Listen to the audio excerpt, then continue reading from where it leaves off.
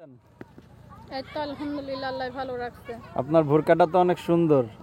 অনেক সুন্দর হলে কি হবে, এটা তো আর আমার নিজের না, এটা তাই? হচ্ছে যেই বাসায় কাজ করি ম্যাডামের মাইয়ার ভুরকা ভিডিওর সামনে আইছি, এর জন্য দেশে পইরা আইছি। তাই ভুরকা পরলে কি হয়? কি হয় ভুরকা পরলে? ভালো ভদ্র থাকে। পরপুরুষ দেখলো না? না। যাক ভালো। নাম কি আপনার? আমার নাম মারিয়া। মারিয়া। যাক ভালো। কি করেন আপনি? কি করি আমি? কিছুই করি না, কাজ কাম শিখছি, হাতের কাজ কিছু। বয়স কত আপনার? আমার বয়স 19। 19 বছর। এখন প্রতিবেদনে কি চাচ্ছেন আপনি? কুটে পেছনে চাচ্ছি একজন ভালো মনের মতন মানুষ, যারা দুঃখের সময় পাশে পাবো, যে জীবন সঙ্গী করবে, দুঃখে সুখে পাশে থাকবে, তাকে চাই। তাই সবসময় দুঃখে সুখে পাশে থাকবে, কাজকর্ম করবে না? হ্যাঁ, কাজকর্ম করবে না, সারাদিন আপনার কাছেই থাকবে?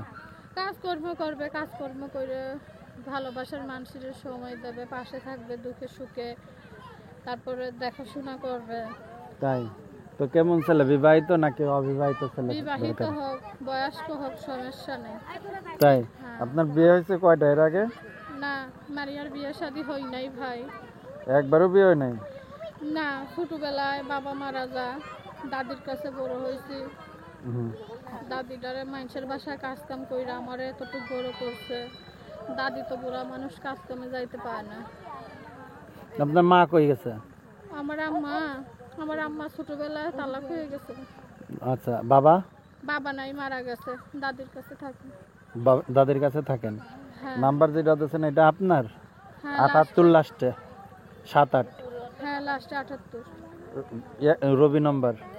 হ্যাঁ, রবি। যাক ভালো। 01829 077878 01829 077878 01829 077878। এটা হলো আপনার নাম্বার না? হ্যাঁ ভাই, এটা আমার নাম্বার, কি করব? আচ্ছা, এখন আমরা অনুষ্ঠানের শেষের দিকে, ঠিক আছে? বিদায় নেওয়ার পূর্বে কিছু বলার আছে? বলার তো আছে, দর্শক ভাইয়েরা পারলে একটা অসহায় নিয়ে, বাপ নাই, দাদির কাছে মানুষ হয়েছি, দাদিটা বয়স্ক মানুষ, যদি পারেন একটা বয়স্ক সমস্যা নাই, যদি আপনাদের কারোর কোনো ভাই দেশি কিংবা প্রবাসী ভাই পছন্দ হয়ে থাকে, মারিয়ারে দেখে যদি বিয়ে শাদী করতে চান অবশ্যই করতে পারবেন। পাশে থাকেন, ইনশাল্লাহ যা পারেন দইরা ডাল ভাতের ব্যবস্থা আমাদের কইরা দিয়েন, যাতে পুরা দাদিটারে লইয়া খাইতে লইতে পাই, আল্লাহ খাওয়ায় চলায় আমাদের, আচ্ছা যাতে একটু কষ্টটা দূর হয়। আচ্ছা, আপনার দেশের বাড়ি কই যেন? আমার দেশের বাড়ি হয়েছে মানিকগঞ্জ। মানিকগঞ্জ। তো দর্শক, আমরা